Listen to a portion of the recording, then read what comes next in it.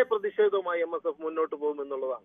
ശരി, മന്ത്രി വി ശിവൻകുട്ടി ഇപ്പോൾ സംസാരിക്കുന്നുണ്ട്. കലോത്സവത്തിന്റെ ഭാഗമായി കലോത്സവത്തിന്റെ ഭാഗമായി ഒരു കലാപ്രകടനമാണ് നടന്നത്.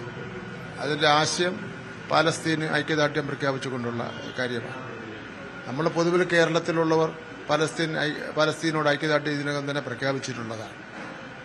അവിടെ 10,000-കണക്കിന് കുട്ടികളാണ് മരിക്കുന്നത് ദിവസം.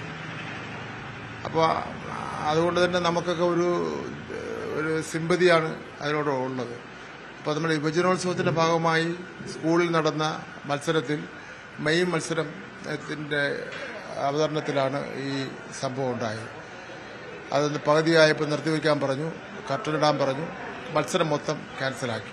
വിദ്യാഭ്യാസ ഡയറക്ടറോട് ഇന്നലെ തന്നെ അതിന്റെ വിശദീകരണം ചോദിച്ചു. ഇന്നിപ്പോൾ സൺഡേ ആയിപ്പോയി. അതിന്റെ വിശദീകരണം കിട്ടിയാൽ ആവശ്യമായ നടപടി സ്വീകരിക്കും. ആ കുട്ടികൾക്ക് അവിടെ കളിക്കാനുള്ള അവസരം ഉണ്ടാക്കി കൊടുക്കുകയും ചെയ്യും. കർശനമായ നടപടി തന്നെ എന്തായാലും കർശനമായ നടപടി തന്നെ ഉണ്ടാവും. കാരണം ഓരോ സ്കൂളിന്റെയും പിന്നെ അവിടുത്തെ നടത്തിപ്പുകാർക്ക് ഇഷ്ടമുള്ള കലാപരിപാടികളെ അവിടെ അവതരിപ്പിക്കാൻ പറ്റുള്ളൂ. അല്ലെങ്കിൽ അവരെ നിർത്തിവെക്കുമെന്ന് പറഞ്ഞാൽ അവർക്ക് നിർത്തിവെക്കാൻ എന്താ അവകാശം? ആരാ കൊടുത്ത അധികാരം? ഇത് നിർത്തിവെക്കുന്നതിന് വേണ്ടി ഉത്തരവ് കൊടുത്ത ഉദ്യോഗസ്ഥൻ മറുപടി പറയേണ്ടി വരും. അധ്യാപകരുടെ ഇടപെടൽ കൊണ്ട് മാത്രമാണെന്നാണ് പറയുന്നത്. അപ്പോൾ ഏത് അധ്യാപകരായിരുന്നാലും അന്വേഷണത്തിൽ വരേണ്ട കാര്യമാണല്ലോ. വരട്ടെ, നമുക്ക് നോക്കാം. ാണ് വിദ്യാഭ്യാസ വകുപ്പിന്റെ വളരെ കൃത്യമായ കർശനമായ ഒരു ഇടപെടൽ ഇതിൽ ഉണ്ടാകുമെന്നാണ് ഇപ്പോൾ വിദ്യാഭ്യാസ മന്ത്രി നമ്മോട് പ്രതികരിച്ചത്. കാരണം ഒരു കാരണവശാലും ഇങ്ങനെ ഒരു മൈം തടയേണ്ട ഒരു സാഹചര്യം, അതായത് ഈ കലോത്സവ മാനുവൽ പ്രകാരമോ മറ്റേ വിദ്യാഭ്യാസ വകുപ്പിന്റെ മറ്റ് ചട്ടങ്ങൾ പ്രകാരമോ അങ്ങനെ ഒരു തടയേണ്ട ഒരു നിയമാവലി പ്രകാരം അത്തരത്തിലൊരു തടസ്സമില്ല. പക്ഷേ അങ്ങനെ ഒരു സംഭവം ഉണ്ടായത് ഗുരുതരമായിട്ട് തന്നെയാണ് കാണുന്നതെന്നാണ് മനസ്സിലാക്കുന്നത്. ഇന്ന് സൺഡേ ആണ്. അടുത്ത ദിവസം തന്നെ റിപ്പോർട്ട് കിട്ടിയാൽ ഉടൻ ഈ ഒരു അധ്യാപകർക്കെതിരെ കർശനമായ നടപടി സ്വീകരിക്കുമെന്നാണ് വിദ്യാഭ്യാസ മന്ത്രി നമ്മോടൊപ്പം പ്രതികരിച്ചത്. ഇതിന് മുൻപും ഇത്തരത്തിലുള്ള പ്രശ്നങ്ങളിലൊക്കെ വളരെ കർശനമായ നിലപാടാണ് ഈ ഒരു വിദ്യാഭ്യാസ വകുപ്പും ശിവൻകുട്ടി, അതായത് വിദ്യാഭ്യാസ മന്ത്രി അടക്കം ഇതിൽ നടപടിയെടുത്തത്. ഇതിൽ കൃത്യമായ ഒരു നടപടി ഉണ്ടാകുമെന്ന് ഇന്നലെ തന്നെ അന്വേഷണം പ്രഖ്യാപിച്ചിരുന്നു. കൂടുതൽ നടപടികൾ നാളെയോടക്കം തന്നെ നമുക്ക് മനസ്സിലാക്കാൻ കഴിയുമെന്നാണ് മനസ്സിലാകുന്നത്. ശ്രീജ, ശരിയാണ് സാരൻ, വളരെ കൃത്യമായൊരു നിലപാടാണ് സർക്കാരിന്റെ ഭാഗത്തുനിന്ന് വിദ്യാഭ്യാസ വകുപ്പിന്റെ ഭാഗത്തുനിന്ന് ഉണ്ടായിട്ടുള്ളത്. ഈ കുട്ടികൾ അവിടെ തന്നെ വീണ്ടും പരിപാടി അവതരിപ്പിക്കും. ഓരോ സ്കൂളും അവർക്കിഷ്ടമുള്ള പരിപാടി അവതരിപ്പിച്ചാൽ മതി എന്ന നിലപാടെടുത്താൽ അത് അംഗീകരിക്കാൻ കഴിയുന്നതല്ല. വിദ്യാഭ്യാസ ഡയറക്ടറോട് ഇന്നലെ തന്നെ വിശദീകരണം ചോദിച്ചിട്ടുണ്ട്. ആ വിശദീകരണം ഇന്ന് അവധി ദിവസമായതുകൊണ്ടാണ്. എത്രയും പെട്ടെന്ന് ആ വിശദീകരണം കിട്ടിയാൽ അതിനനുസരിച്ച് നടപടിയെടുക്കും എന്ന ശക്തമായ നിലപാടാണ് ഇക്കാര്യത്തിൽ വിദ്യാഭ്യാസ വകുപ്പ്, വിദ്യാഭ്യാസ മന്ത്രി സ്വീകരിക്കുന്നത്. Kasaragod Kumbla government higher secondary സ്കൂളിലാണ് മൈം മത്സരം. സ്കൂൾ കലോത്സവം നടക്കുകയായിരുന്നു. അതിൽ മൈം മത്സരത്തിനിടെ പാലസ്തീൻ ഐക്യദാർഢ്യം പ്രഖ്യാപിച്ചുകൊണ്ടൊരു മൈം അവതരിപ്പിക്കുകയും ആ മൈമിനിടയ്ക്ക് വെച്ച് കർട്ടൻ ഇടുകയും ചെയ്തത്. തുടർന്ന് കലോത്സവം തന്നെ നിർത്തിവെക്കുന്ന സാഹചര്യമുണ്ടായി. ഈ വിഷയത്തിലാണ് ഇപ്പോൾ ഏറ്റവും കർശനമായൊരു നിലപാട് സർക്കാർ എടുത്തിട്ടുള്ളത്.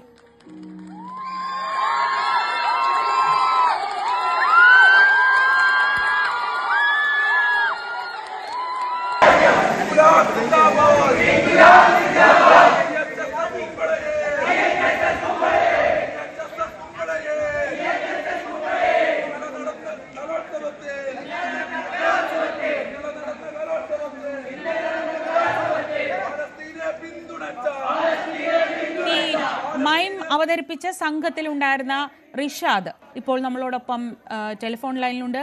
റിഷാദ്, ഇപ്പോ വിദ്യാഭ്യാസ മന്ത്രി ശിവൻകുട്ടിയുടെ പ്രതികരണം ഇപ്പോൾ വന്നതേ ഉള്ളൂ. നിങ്ങൾക്ക് അവിടെ തന്നെ പരിപാടി അവതരിപ്പിക്കാൻ അവസരം ഉണ്ടാക്കും എന്നാണ് അദ്ദേഹം പറഞ്ഞത്. അത് ഏറ്റവും സന്തോഷമുള്ള കാര്യമാണ്.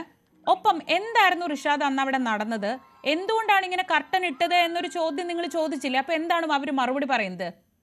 നമ്മള് ചോദിച്ചു. അപ്പോ അവര് നമ്മളെ ഓടിക്കണ്ടായി. ഇവിടെ പരിപാടി നടത്തണ്ട, പബ്ലിക്കിൽ നടത്തിയാൽ മതി. സ്കൂളിൽ നിങ്ങളുടെ ഇത്തരം കലാപരിപാടി ഒന്നും വേണ്ട, അതായിരുന്നോ നിലപാട്? അതായിരുന്നു നിലപാട്. അവർക്ക് ആദ്യം തന്നെ അറിയായിരുന്നു നമ്മൾ പലസ്തീനിൽ ചെയ്യുന്നത്. ഞാൻ ചോദിക്കട്ടെ, ഇത് വേണ്ട എന്ന് പറഞ്ഞ അധ്യാപകർക്ക് എന്തെങ്കിലും പ്രത്യേക രാഷ്ട്രീയ അനുഭവം ഉള്ളവരാണോ? അത് അറിയില്ല. ഫസ്റ്റ് അവരൊക്കെ ഓക്കെ പറഞ്ഞിരുന്നു. പിന്നെയാണ് അവര്, അതായത് നമ്മളൊക്കെ സാധാരണ കലോത്സവത്തിൽ എന്ത് പരിപാടിയാണ് ചെയ്യുന്നത് എന്നൊക്കെ ഉള്ളത് നമ്മൾ പ്രാക്ടീസ് ചെയ്യുമ്പോഴായാലും ഒക്കെ നമ്മുടെ അധ്യാപകർക്കും അറിയാവുന്നതായിരിക്കുമല്ലോ, അല്ലേ? നിങ്ങൾ ഈ പാലസ്തീൻ ഐക്യദാർഢ്യമാണ് നിങ്ങളുടെ തീം എന്നുള്ള കാര്യം അവർക്ക് അറിയാമായിരുന്നു? അവർക്ക് മുൻപേ അറിയായിരുന്നു. അതൊക്കെ കൂട്ടി തന്നെ അവര് കർട്ടനിടായിരുന്നു. അവിടെ എന്തെങ്കിലും തരത്തിൽ ഈ മൈമ് നടക്കണ സമയത്ത് എന്തെങ്കിലും പ്രശ്നമോ ആരുടെങ്കിലും ഭാഗത്ത് നിന്ന് എന്തെങ്കിലും പ്രതിഷേധമോ അങ്ങനെ എന്തെങ്കിലും ഉണ്ടായോ? ഇല്ല, ഒരു പ്രശ്നം ഉണ്ടായിരുന്നില്ല. ഇത് സ്കൂൾ തലത്തിലുള്ള പരിപാടിയല്ലേ? സ്കൂളിലെ മത്സരമല്ലേ നടക്കണേ ഇപ്പോ?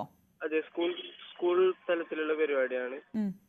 എന്നിട്ട് നമുക്കിപ്പോ രണ്ടാമത് ആ പരിപാടി നടത്താനുള്ള ഇത് തന്നു നമുക്ക്.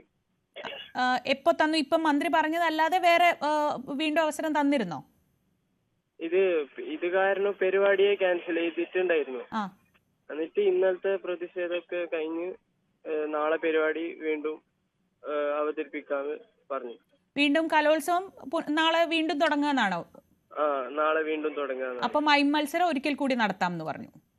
നടത്താമെന്ന് പറഞ്ഞു. എത്ര ടീം ഉണ്ടായിരുന്നു മൈമിൽ മത്സരിക്കാൻ? ആകെ 2 ടീമേ ഉണ്ടായിരുന്നുള്ളൂ. അതിൽ ആദ്യത്തെ ടീം നിങ്ങളായിരുന്നു ആദ്യം അവതരിപ്പിച്ചത് അതോ അവരായിരുന്നു? ആദ്യത്തെ ടീം അവരായിരുന്നു, രണ്ടാമത്തെ ടീം നമ്മളായിരുന്നു. നിങ്ങളുടെ അവതരിപ്പിക്കല് പകുതി എത്തിയപ്പോഴാണ് കർട്ടൻ ഇട്ടത് അല്ലേ? പകുതി എത്തിയപ്പോൾ കർട്ടൻ. മുഴുവൻ കഴിഞ്ഞിരുന്നു അതോ പകുതിക്ക് വെച്ച് കർട്ടൻ?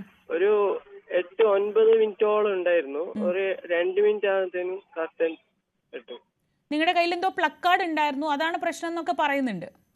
ഇല്ല, പ്ലക്കാർഡ് അവർ യൂസ് ചെയ്യാന്ന് പറഞ്ഞു. ഫ്ലാഗ് മാത്രം യൂസ് ചെയ്യരുത് പറഞ്ഞു. പ്ലക്കാർഡ് മീൻസ് ഒരു ഫുഡിന്റെ ഇതാണ് നമ്മൾ കാണിച്ചത്. ഭക്ഷണം ഇല്ല എന്നുള്ളതിന്റെ അല്ലേ? അതുപോലെ ഇതാക്കാൻ പറ്റുന്നില്ല പറഞ്ഞാല് നമ്മള് പറയായിരുന്നു റിഷാദെ, ഈ സംസാരിക്കുമ്പോ പറയായിരുന്നു ഈ കേരളത്തില് കലോത്സവത്തിലാണ് ഇപ്പോഴും നമ്മളൊക്കെ വലിയ രാഷ്ട്രീയമൊക്കെ കണ്ടിട്ടുള്ളത് അല്ലേ?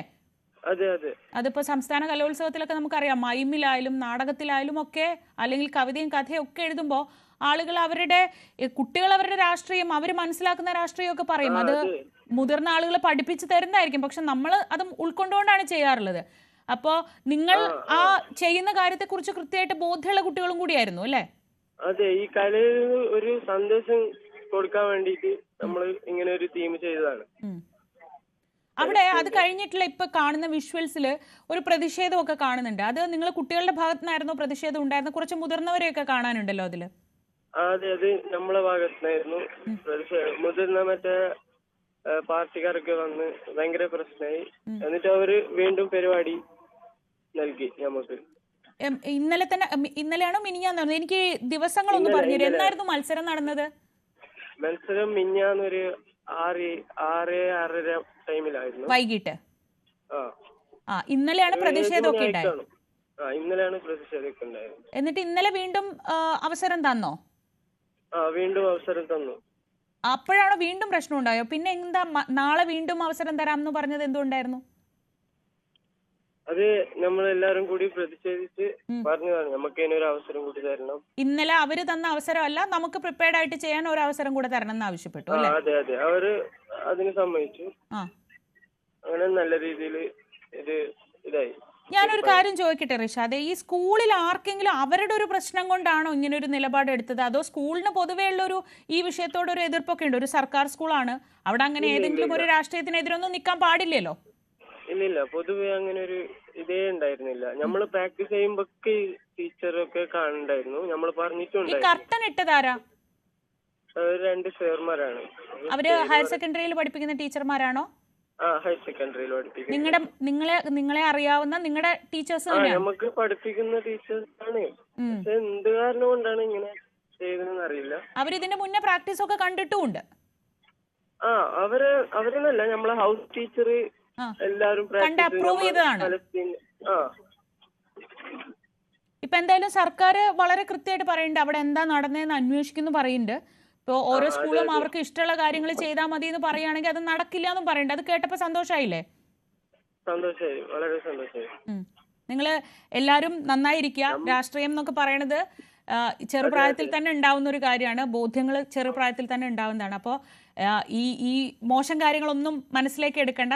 വളരെ നന്നായി തന്നെ നിങ്ങൾക്ക് മുന്നോട്ട് കലാപരമായിട്ട് നിങ്ങളുടെ ആശയങ്ങളെ ജനങ്ങളിലേക്ക് എത്തിക്കാനും അതുവഴി ഒരു സന്ദേശം കൊടുക്കാനും ഒക്കെ കഴിയട്ടെ. അപ്പം നന്നായി പ്രിപ്പയർ ചെയ്ത് നന്നായി കളിച്ച് സ്റ്റേറ്റ് ലെവൽ വരെ എത്തി സമ്മാനം വാങ്ങാൻ കഴിയട്ടെ എന്ന് ആശംസിക്കുന്നു. ടീമിനോടും പറയൂ. ശരി റിഷാദ്, എന്തായാലും ഈ വിഷയത്തിൽ സ്കൂളിന്റെ ഭാഗത്തു നിന്ന് തന്നെ അനുരഞ്ജന ശ്രമങ്ങളൊക്കെ നടന്നിട്ടുണ്ട്. സ്കൂളുകാർ ഇന്നലെ അവസരം കൊടുത്തു. ആ അവസരം അവർ പക്ഷെ തൃപ്തരല്ല. അതുകൊണ്ട് നാളെ വീണ്ടും അവസരം കൊടുക്കാം എന്ന് സ്കൂൾ അധികൃതർ തന്നെ അവരോട് പറഞ്ഞിട്ടുണ്ട്. നാളെ കലോത്സവം വീണ്ടും നടത്താമെന്ന് പറഞ്ഞിട്ടുണ്ട്. അതിനിടയിലാണ് ഇന്നിപ്പോൾ വിദ്യാഭ്യാസ മന്ത്രിയുടെ പ്രതികരണം വന്നത്. ഈ കുട്ടികൾക്ക് വീണ്ടും അവസരം കൊടുക്കുമെന്ന പ്രതികരണം വന്നത്. അത് നിലവിൽ തന്നെ അവർ സ്കൂളും അംഗീകരിച്ചിട്ടുണ്ട്. എന്തായാലും ഇക്കാര്യത്തിൽ സർക്കാർ എടുക്കുന്ന ഒരു പ്രധാനപ്പെട്ട നിലപാട്, ഓരോ സ്കൂളും അവർക്ക് ഇഷ്ടമുള്ള കാര്യങ്ങൾ മാത്രം അവിടെ നടന്നാൽ മതി എന്നൊരു നിലപാടെടുത്താൽ അത് സർക്കാർ അംഗീകരിക്കില്ല എന്നതാണ്. വിദ്യാഭ്യാസ ഡയറക്ടർ ഈ വിഷയത്തെക്കുറിച്ച് അന്വേഷിച്ച് റിപ്പോർട്ട് നൽകുകയും ചെയ്യും.